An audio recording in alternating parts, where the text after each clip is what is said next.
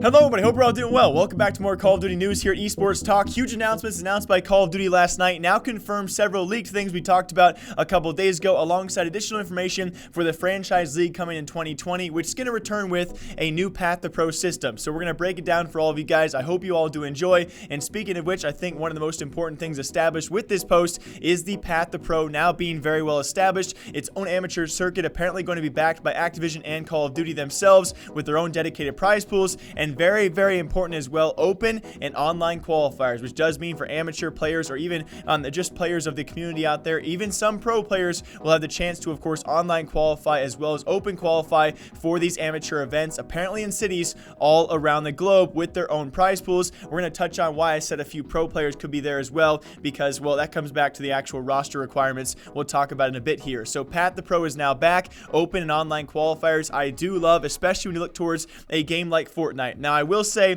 Fortnite does a lot of things very wrong in terms of its gameplay, but one thing they do very, very well is online and open qualifiers for a lot of their big events, especially the Fortnite World Cup. They did a great job of pushing a lot of money there that way, and again, probably a lot more money than Activision will actually push towards their circuit, but either way, a great way to see dozens and dozens of kids actually have their chance to rise from the bottom all the way to the top and gain some notoriety on the way up. I think Path to Pro is a great idea, and actually having your own backing of dedicated prize pools to this, it's a great thing to see from Activision and Call of Duty, and I just hope it really does go to plan. Now, when you actually go to the construction of these teams, and actually even more so when it comes time for contracts, it can be a bit complicated. We're going to have an open signing session sometime very soon in the next 2 weeks, so expect some roster mania, but with that, any existing contracts out there that actually ran past the starting date of the league of January 2020, which I'm sure you guys are well aware, several teams out there have probably signed their players for at least a year out, maybe a couple years out, and so if their existing contracts do actually go past that starting date of the 2020 Franchise League, the organizations will have first dibs, actually up to 7 days, to match any other competitor bids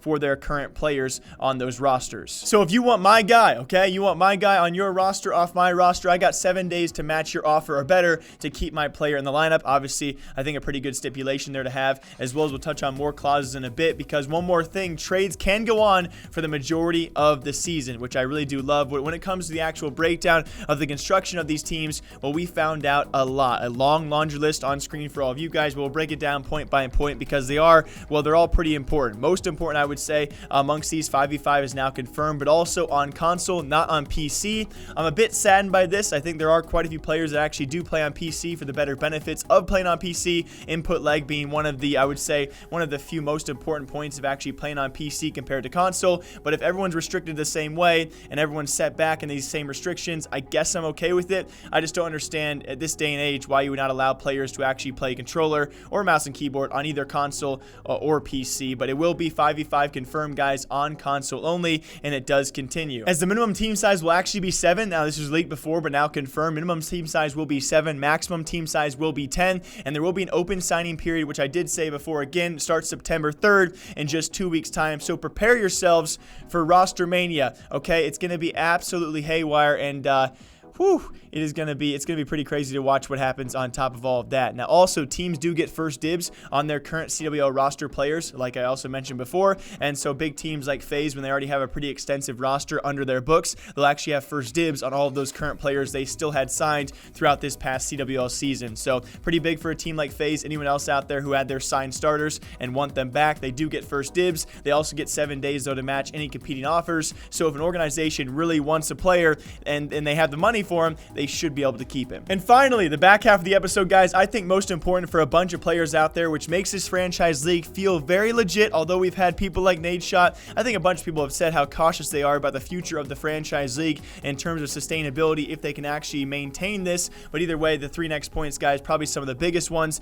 as they all do include all contracts are guaranteed. So dropping a player without cause means the player still does get paid. I think a pretty good clause to have in there. All teams must offer their players some form of housing or suitable place of living, and the league is not requiring players to live in their city of representation. So it's pretty great to see players are getting guaranteed minimum salaries here of 50K, also housing alongside that, and apparently other benefits as well. And the league is not requiring these actual teams to have their players inside their cities, although we've already seen owners like Hastro say, hey, for our team, we are requiring all of our players to relocate, which is probably what you expect out of an organization who wants to succeed and who wants to win. But for the teams out there who have their star players who don't want to relocate, they can make it manageable. They're not going to enforce these players to relocate, so it could be seen as a good thing and a bad thing. I think we're going to see a lot of our top teams have their entire roster based in their home city. It would make the most sense. And lastly, with roster sizes being at least 7 players up to 10 players, these teams are actually allowed to send up to 2 players at any point in time to as many Path to Pro events that they want to. So yes, those Path to Pro events will include open and online qualifiers,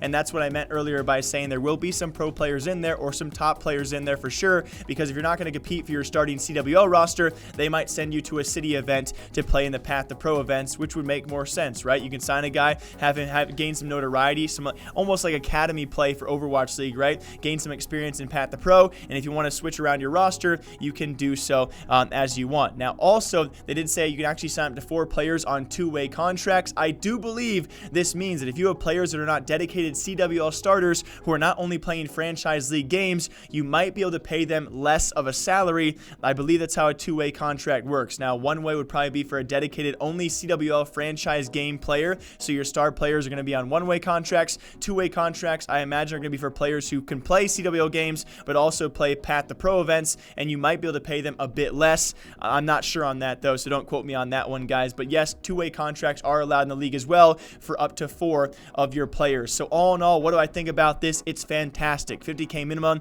I'm not really sure why people would complain about that, especially for an amateur player out there or an up-and-coming pro player. 50K is a pretty decent starting salary. Alongside that, they will have prize pool earnings. At least 50% of prize pool earnings have to be distributed to the team, and I assume most organizations will give the players even more than that 50% minimum requirement. So these guys will be making a pretty decent chunk of change, and that's for up-and-comers, right? Your star players will certainly be making more than 50K, and that's very, very nice. It's also guaranteed contract, so if you play well and there's no cause to actually cut you, that's guaranteed money no matter if you're benched or not. So I think that's a pretty good stipulation and a pretty good reason for minimum salary. You know, Overwatch League draws in much more viewership, I would say much more notoriety right now before this COD has a resurgence, and they have 60K minimums, which is not that much more. So I think a really good thing here, especially when it comes to time for required housing as well for your players. These players are benefiting quite a bit, and along with all of that, they do get exposure if this franchise league does take off. I love these rules so far. One thing I will note though that's not been mentioned is, can these players actually stream on Twitch? Can they stream their content? Because there was a worry before this, when things were leaked before, that apparently players had some restrictions on if they could stream or not. Of course, you probably can't stream scrims, but a guy like Scumpy streams a lot more than scrims, and well, he makes a good portion of money doing so. So that's one thing we'll wait on, guys. For all the content kings out there in Call of Duty, what can they do? That was not touched on by Call of Duty in their Reddit post, but some big things certainly coming soon for the CWL guys. We've also now confirmed it's the Call of Duty World League, okay? Not Global, not Duty League. It's the Call of Duty World League. I think. As always, my name is Jake. I hope you guys all enjoy breaking down esports news here all day long. Until next time, take care of yourselves. I'll see you soon.